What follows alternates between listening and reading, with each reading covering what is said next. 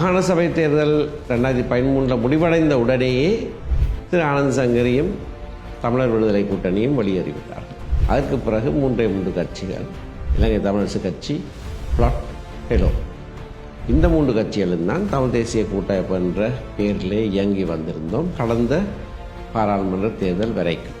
அதற்கு முதல் உள்ளூராட்சி மன்ற தேர்தல்கள் வரப்போகிற என்ற வேளையிலே தான் தனித்தனியாக போட்டியிட்டால் கூடுதலான ஆசனங்களை பெற முடியும் என்று நான் சொன்னதை வைத்து அந்த 2 கட்சிகளும் தாங்கள் தனியாக பிரிந்து போவதாக அறிவித்தார். ஆனால் தனித்தனியாக போட்டியிட்டால் கூடுதலான ஆசனங்களை பெறலாம் என்பது இன்றைக்கு நிறுவனமாகி இருக்கிறது.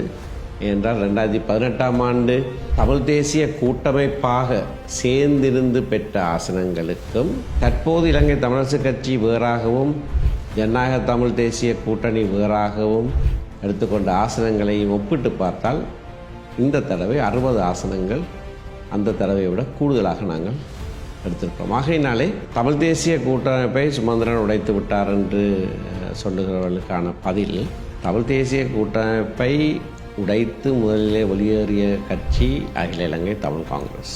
அது ஒரு ஆசன பங்கீட்டினாலே செய்யப்பட்டது.